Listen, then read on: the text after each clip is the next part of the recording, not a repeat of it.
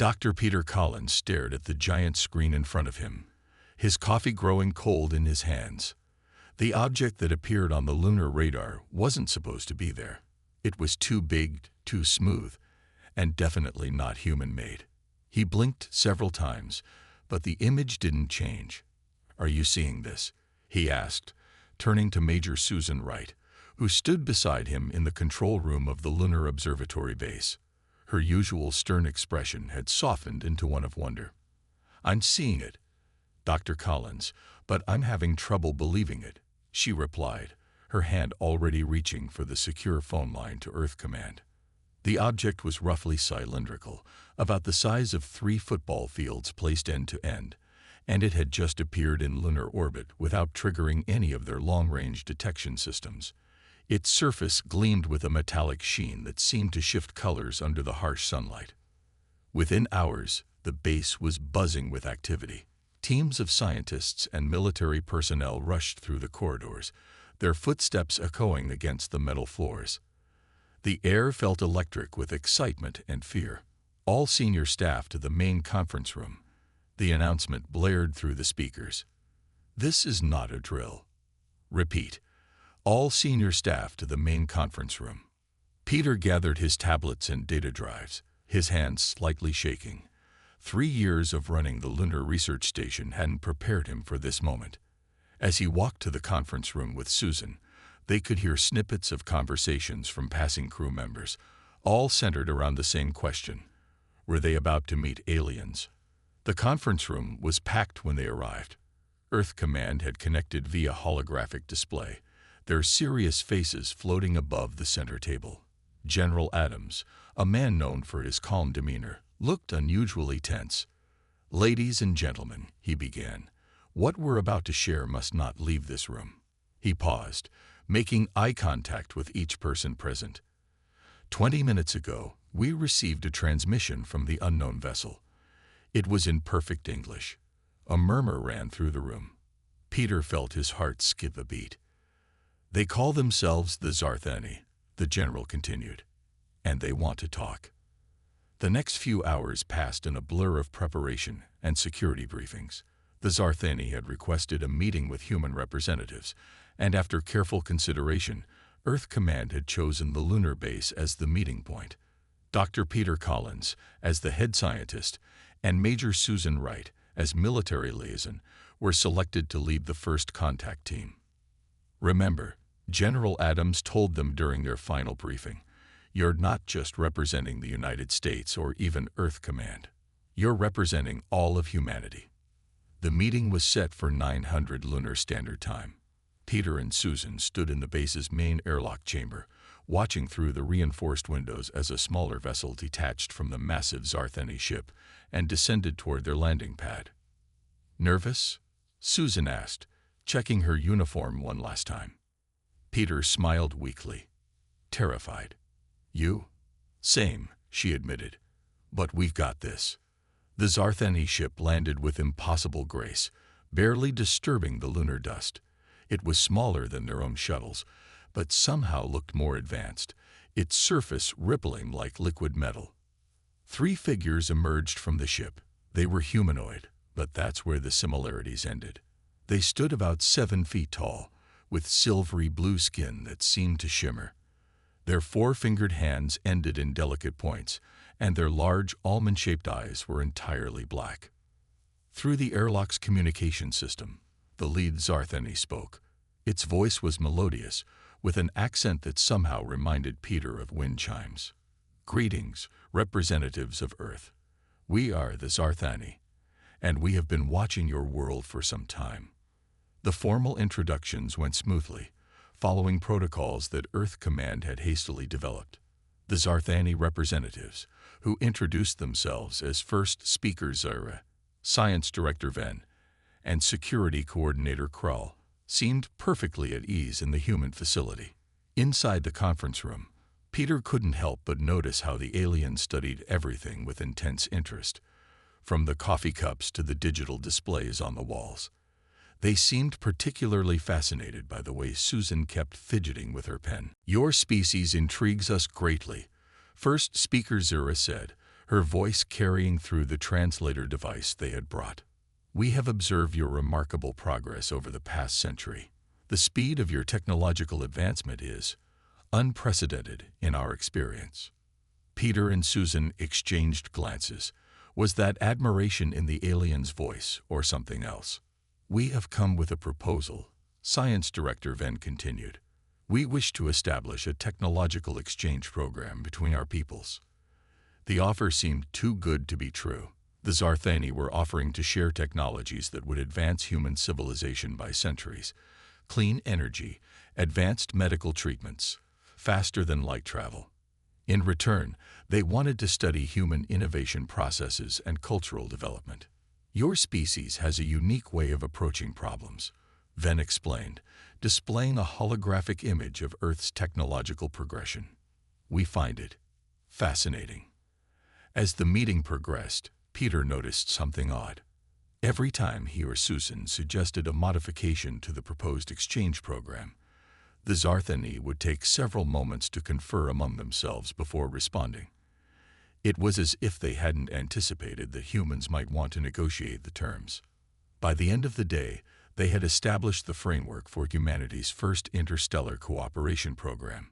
The Zarthani would set up research stations on Earth and the Moon, while human scientists would be allowed to study Zarthani technology under supervision. After the aliens departed, Peter and Susan sat alone in the conference room, trying to process everything that had happened. "Did you notice how they reacted when you suggested combining our AI research with their quantum computing?"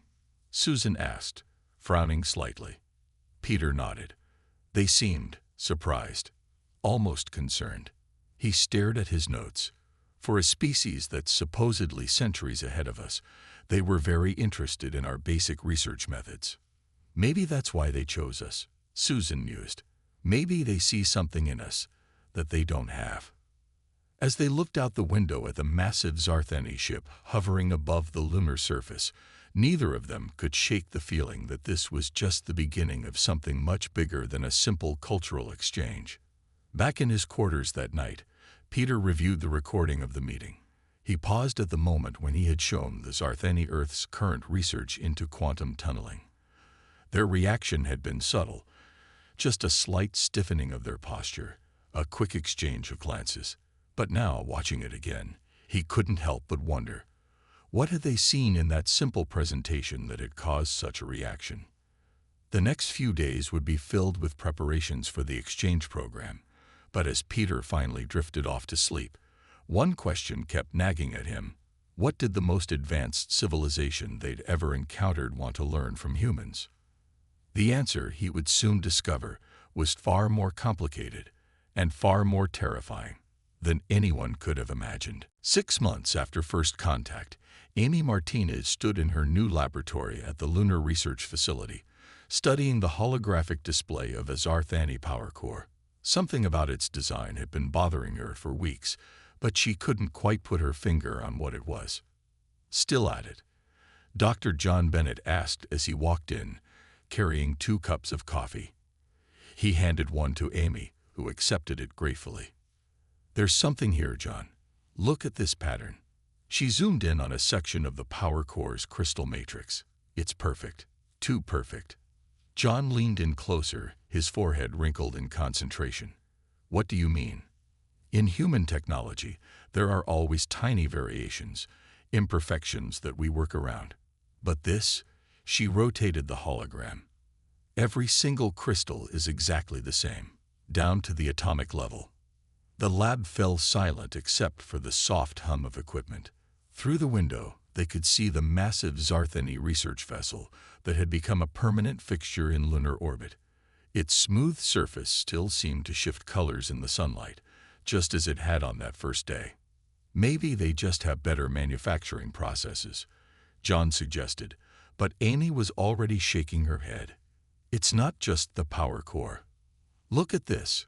She pulled up several other schematics they'd been allowed to study. Every piece of Zarthani technology follows the same pattern. Perfect symmetry, perfect replication, no variations.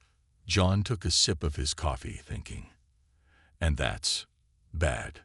"It's not bad, it's strange." Innovation often comes from working around imperfections, from finding new solutions to unexpected problems.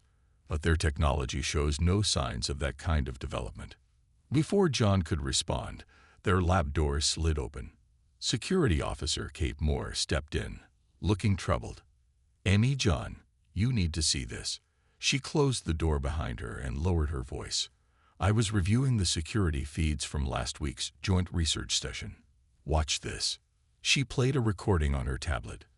It showed a Zarthani scientist, Ven, examining a prototype of Amy's new energy converter design. The alien's reaction was subtle, but clear, a moment of what looked like alarm, quickly hidden. He had the same reaction when I suggested modifying their crystal matrix to include some of our adaptive algorithms, Amy said, excitement creeping into her voice, like they'd never thought of it. John sat down heavily in a nearby chair. "Are you saying that the most advanced alien species we've ever met doesn't innovate?" "Not doesn't," Amy corrected him. "Can't. Or at least, not the way we do." Over the next few weeks, Amy and John began noticing more patterns. The Zarthani were excellent teachers, explaining their technology with incredible detail and patience. But whenever humans suggested modifications or combinations with Earth technology, they became evasive. One afternoon, while working on integrating Zarthani power systems with Earth's energy grid, Amy made a breakthrough. She had been experimenting with introducing controlled imperfections into the crystal matrix, allowing it to adapt to varying power demands. "Look at these efficiency readings," she told John, pointing to her screen. "By making the system less perfect, we've actually improved its performance by 30%. John stared at the data in amazement. How did they miss this? They've had this technology for centuries. "Because they don't think like us," Amy said quietly. "They replicate. We innovate." Their discovery might have remained a curious observation if not for what happened the next day. Annie was in the middle of running another test on her modified crystal matrix when 3 Zarthani scientists entered the lab, led by Science Director Ven. "We must examine your modifications," Ven stated, his usually melodious voice carrying an edge Amy had never heard before. As the aliens studied her work, Amy noticed something she hadn't seen in any of their previous interactions. They were nervous. Their silvery blue skin seemed to pulse with subtle color changes, and they kept exchanging quick glances. "This research must be discontinued," Ven finally announced. "The modifications are unstable." "Unstable," Amy protested. "The data shows exactly the opposite. The system is more stable than the original design." "Nevertheless," Ven insisted, "this line of inquiry is not permitted under our exchange protocols."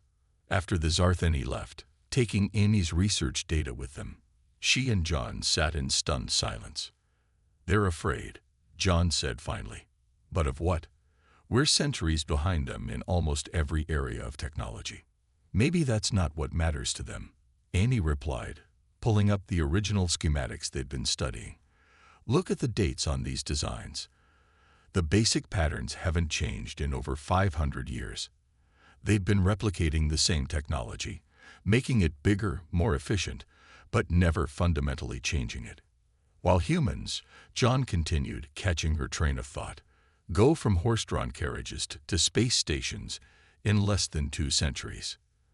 That evening, Amy stayed late in the lab, reviewing everything they'd learned about Zarthani technology.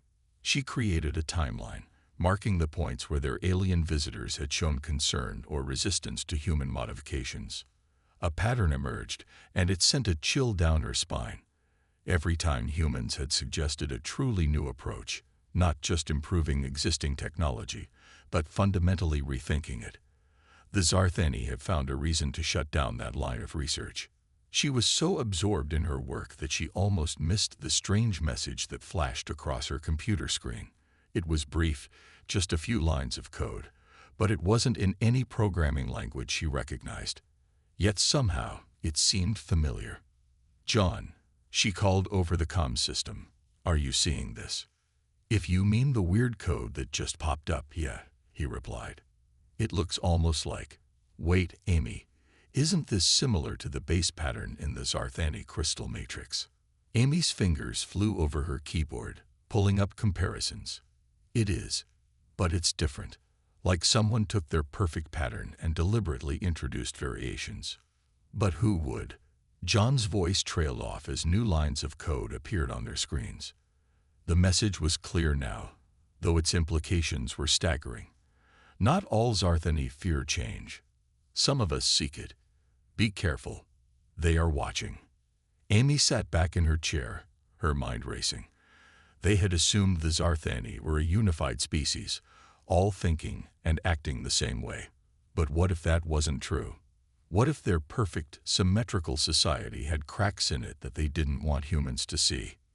John, she said slowly, I don't think we're dealing with a technological exchange anymore. I think we're in the middle of something much bigger.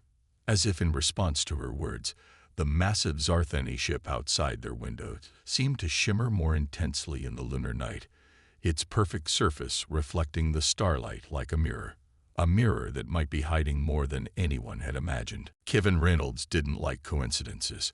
As head of security for the lunar base's night shift, he had learned that coincidences usually meant trouble, and lately there had been too many of them. It started with a series of small anomalies in the base's communication systems. Brief gaps in the security feeds, always during the early morning hours, random power fluctuations that the engineers couldn't explain, and most concerning, strange patterns in the data packets being sent to the Zarthani ship. Run that scan again, he told his computer, rubbing his tired eyes. The clock on his desk showed 3:15 am lunar time. Most of the base was asleep, except for the essential personnel, and of course, their alien visitors who seemed to never rest. The computer beeped, displaying the same results. The data packets leaving the base were bigger than the ones coming in, much bigger. That wasn't unusual for research data, but these were supposed to be routine system updates. Kevin pulled up Amy Martinez's security file. The engineer had reported several odd interactions with the Zarthani in the past few weeks. At the time, he had filed them under cultural misunderstandings. Now he wasn't so sure. A soft knock on his office door made him look up.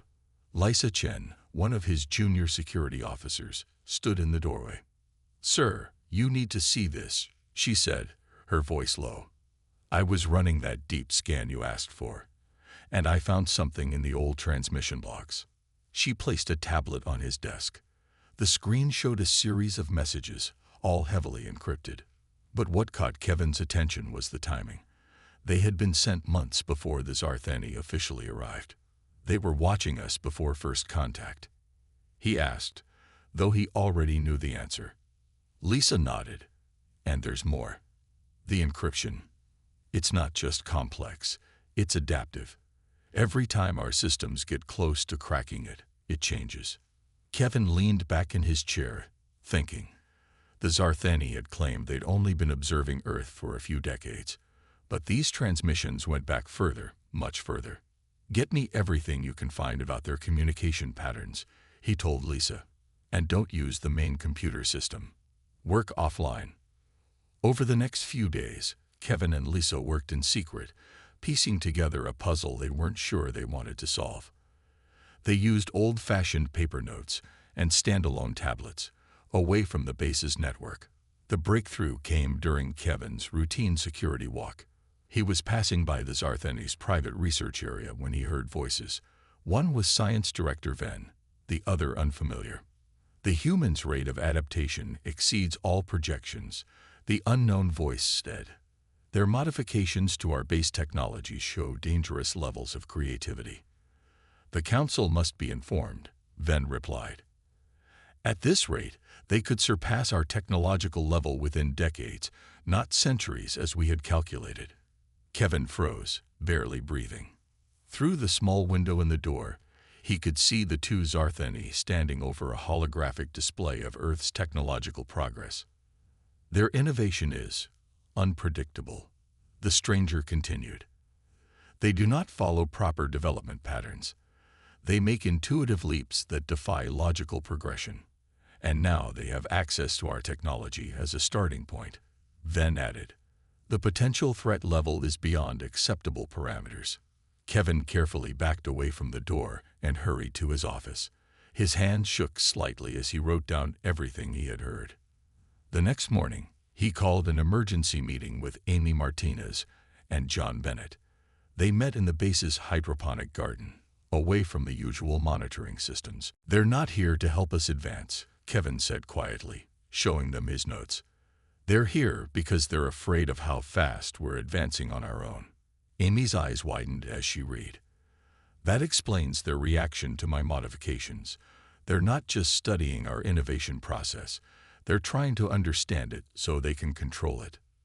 But why? John asked. They're centuries ahead of us. What could they possibly fear?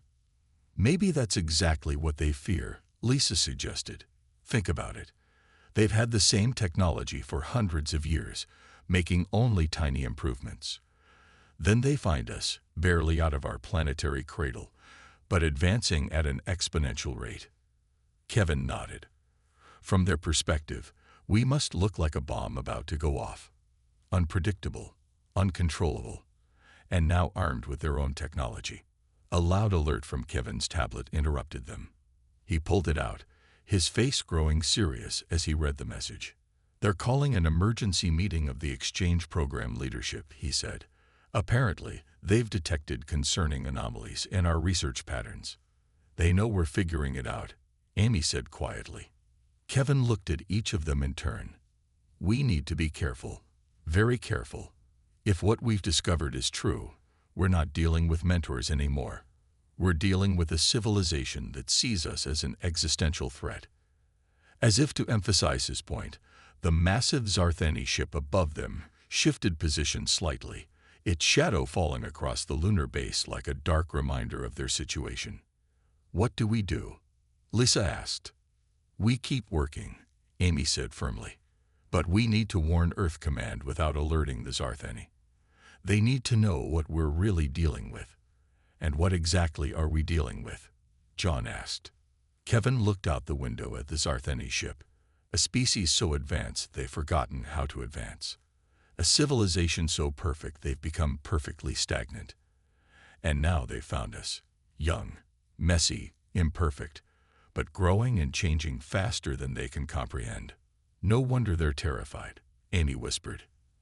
As they left the garden, each heading back to their posts, Kevin couldn't shake the feeling that they were running out of time. The Zarthani wouldn't be content just studying human innovation much longer. Soon, they would have to decide. Let humanity continue to develop and risk being surpassed, or take steps to ensure that never happened. And based on what he had discovered, Kevin had a terrible feeling about which option they would choose. Laura Hansen sat in front of her quantum computing lab's main display, watching as her latest experiment ran its course. She had been working for weeks on combining human neural network designs with Zarthani quantum processing technology. The aliens had warned her that such a combination wouldn't work, but Laura had never been good at taking no for an answer. Come on, she whispered to herself, watching the numbers scroll across her screen. Show me something new. The computer chirped, indicating the test was complete. Laura's eyes widened as she read the results. The hybrid system wasn't just working, it was performing beyond anything she had expected. Got you, she said with a smile, quickly saving the data to her private server. After Kevin Reynolds had warned them about the Zarthani surveillance, she had started keeping her most important findings offline. Her office door slid open, and Daniel Phillips from the Military Strategy Division walked in. His face was serious. We need to talk, he said, closing the door behind him. Privately. Laura nodded and activated the signal scrambler she kept hidden under her desk. It wasn't perfect, but it would give them a few minutes of privacy from alien monitoring. What's wrong? She asked. The Zarthani fleet is moving, Daniel said, pulling up a satellite image on his tablet. They're spreading out in a pattern I've seen before. It's a containment formation. Laura studied the image. The massive alien ships that had been stationed around Earth's orbit were indeed moving. taking up new positions in what looked like a giant net around the planet. They're boxing us in, she realized. Exactly. And there's more. They started recalling their research teams from Earth's surface. The only ones still here are the ones watching our most advanced research projects. Laura glanced at her computer screen, where the results of her hybrid system tests still glowed, like quantum computing labs. Daniel nodded grimly. Whatever they're planning, we don't have much time. What have you found? Laura quickly showed him her latest results. The Zartheni quantum processors are amazing, but they're rigid. They can solve incredibly complex problems, but only if those problems follow expected patterns. So I tried something different. She pulled up a diagram showing how she had modified the alien technology. I introduced chaos into the system. Random variations, unpredictable connections. Everything the Zartheni try to avoid. Then I let our neural networks learn from that chaos. And it works better than either system alone. Much better. The hybrid system can solve problems in ways neither humans nor Zartheni ever considered. Daniel whistled softly. No wonder they're scared. We're not just catching up to them. We're finding entirely new paths they never saw. Their conversation was interrupted by a priority alert from the base's communication system. Science Director Venn was calling an immediate meeting of all research leads. Here we go, Daniel muttered. The meeting room was tense when they arrived. Amy Martinez and John Bennett were already there, along with Kevin Reynolds and several other project leaders. The Zartheni representatives stood at the front of the room, their silvery blue skin rippling with subtle color changes. We have detected dangerous instabilities in several human research projects, Venn announced without preamble. All hybrid technology development must cease immediately. Laura felt her heart racing, but kept her face calm. What kind of instabilities? Your modifications are unpredictable, another Zartheni scientist said.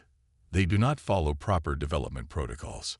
You mean they don't follow your protocols? Amy spoke up. But they work. They work better than the originals. That is irrelevant, Venn stated. The risks are unacceptable. What risks? Daniel asked quietly. The risk that we might learn too much, or the risk that we might learn things you never did. The room fell silent. The Zartheni exchanged glances, their skin now pulsing with rapid color changes. You do not understand, Venn said finally. Proper technological development must follow established patterns. Innovation must be controlled, regulated. No, Laura interrupted, standing up. That's where you're wrong. Innovation can't be controlled. It's messy and chaotic, and sometimes it fails. But it's also how we grow, how we learn, how we survive. She walked to the front of the room and pulled up the results of her hybrid system. Look at this. Really look at it. We didn't break your technology. We helped it evolve. We found new possibilities you never imagined because you were too afraid to look for them. The Zartheni stared at her data, their expressions unreadable. Outside the window, more alien ships appeared in lunar orbit, their perfect surfaces reflecting the starlight. The Council has made its decision, Venn said after a long moment. All hybrid research will be terminated. All Zartheni technology will be reclaimed. This exchange program is over. As the aliens filed out of the room, Daniel turned to the others. They're not going to just leave, are they? Kevin shook his head. No, they're going to make sure we can't continue this work. The question is, how far are they willing to go to stop us? Laura looked at her research data, thinking of all the possibilities they had barely begun to explore. The bigger question is, how far are we willing to go to keep learning, keep growing? They think they can contain us, Amy said, pulling up the fleet deployment data Daniel had shown earlier. But they don't understand what they're dealing with. Humanity doesn't go backward. As if in response to her words, Laura's hybrid system chimed with a new result. The pattern it showed was beautiful in its complexity, a perfect blend of human chaos and Zartheni precision. No, Laura agreed, looking at the display. We don't go backward. And maybe it's time we showed them exactly what human innovation can really do. Above them, the Zarthani ships continued their silent deployment, preparing to enforce their council's decision. But in the labs and offices of the lunar base, humanity was already doing what it did best, finding new ways forward, even when all the obvious paths were blocked. The innovation arms race had begun, and this time, the fate of human progress hung in the balance. Chief Negotiator Richard Barnes looked out the window of the lunar base's main conference room at the growing fleet of Zarthani ships. In the 12 hours since they had ordered the end of the exchange program, their numbers had doubled. Earth's orbital defense systems, advanced as they were, seemed primitive in comparison. "They're waiting for something," he said to the assembled emergency council. The room held Earth's best minds. Laura Hansen with her quantum computing breakthroughs, Amy Martinez and her power system innovations, Daniel Phillips with his military insight, and Kevin Reynolds, who had uncovered the truth about their visitors. "They're waiting for us to surrender all our research," Daniel said, studying the fleet movements on his tablet. "But that's not going to happen, is it?" Richard smiled slightly. "No, it's not. Because we have something they don't expect. A third option." He nodded to Laura, who stood and activated the room's holographic display. Above the conference table, a complex diagram appeared, showing the results of her hybrid technology experiments. "For the past week, we've been feeding carefully selected data to the Zarthani," she explained. "Data that made our progress look linear, predictable. But the reality is very different." Amy stepped forward, adding her own data to the display. "We've not just been combining their technology with ours. We've been improving it in ways they never imagined possible." The door chimed, and first speaker Zira entered with Science Director Ven and a group of Zarthani officials. Their normally smooth movements seemed stiff, tense. "Your time has expired," Zira announced. "You will surrender all research data and modify technology." Richard stood, his voice calm but firm. "No, first speaker, we won't." "You have no choice," Ven stated. "Our fleet stands ready to enforce the Council's decision." "There's always a choice," Richard replied. "And we choose to show you something instead." He nodded to Laura. "Begin the demonstration." Laura pressed a button on her tablet. Throughout the lunar base, lights flickered as power was redirected to her hybrid quantum computing system. The holographic display above the table shifted, showing a real-time feed from her lab. "What you're seeing," she explained to the Zarthani, "is your quantum processing technology combined with our neural networks. But we've added something new: human creativity." The display showed complex patterns forming and reforming, each more beautiful and efficient than the last. The Zarthani watched, their skin rippling with color changes that Kevin had learned to recognize as surprise and confusion. "Impossible," Ven whispered. "These patterns violate all known development protocols." "Exactly," Amy said, stepping forward. "They violate your protocols because we stopped trying to follow them. We embraced the chaos, the imperfection, the uncertainty. And look what we found." The patterns continued to evolve, showing solutions to problems the Zarthani had struggled with for centuries. Energy efficiency improved by factors of 10. Computing speed increased exponentially. And most importantly, the system was still growing, still learning, still finding new ways to combine the best of both species' technology. "This is dangerous," Zira stated, but there was uncertainty in her voice. "Uncontrolled innovation leads to destruction. Or it leads to growth," Richard countered. "You've spent centuries perfecting what you already know. We spend our time looking for what we don't know. And that's why we're not your enemy. We're your future." He walked to the window, gesturing at the fleet above them. "You can try to stop us, to force us back into what you consider safe patterns. But ask yourselves, where will that lead? Will it solve the problems that made you start watching us in the first place?" The room fell silent except for the soft hum of Laura's system, still spinning out new possibilities above their heads. The Zarthani huddled together, their skin cycling through colors as they communicated in their own way. Finally, Zara stepped forward. "You propose an alternative." Richard nodded. "A true partnership, not you teaching us or us changing you, but something new, something neither of us could achieve alone." He gestured to the display, where human chaos and Zartheni precision had created something greater than the sum of its parts. "This is just the beginning. Imagine what we could discover together if we stopped being afraid of change." "The Council will never agree," Ven protested, but another Zartheni, one they hadn't met before, stepped forward. "Perhaps," the newcomer said, "it is time for the Council to change as well." The alien skin rippled with patterns they had never seen before. "I am Observer Keth. I represent a growing faction among our people who believe our fear of innovation has become our greatest weakness." Laura's eyes widened as she recognized the patterns in Keth's skin. They matched the coded message she and John had received weeks ago. The hidden dissenters among the Zartheni had finally revealed themselves. Over the next few hours, humans and Zartheni talked openly for the first time. They shared fears and hopes, challenges and dreams. The fleet above them gradually shifted from a containment pattern to a more neutral stance. "It won't be easy," Richard said as the meeting drew to a close. "Change never is. But together, we can find a balance between stability and innovation, between perfection and progress." Zyra looked at the hybrid systems display one last time. "Perhaps," she said slowly, "that is what we truly feared. Not that you would surpass us, but that you would show us how far we had fallen behind our own potential."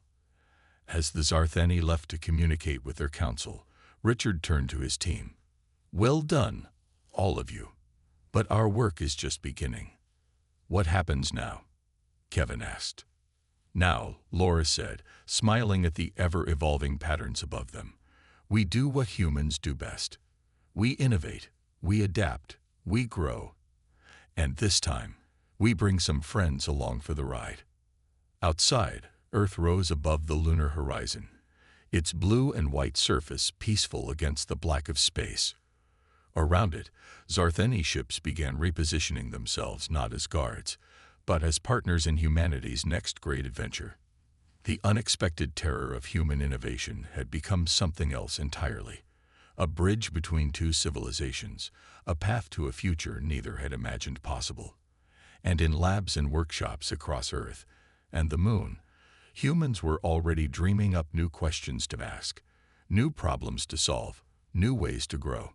After all, that's what humans do best.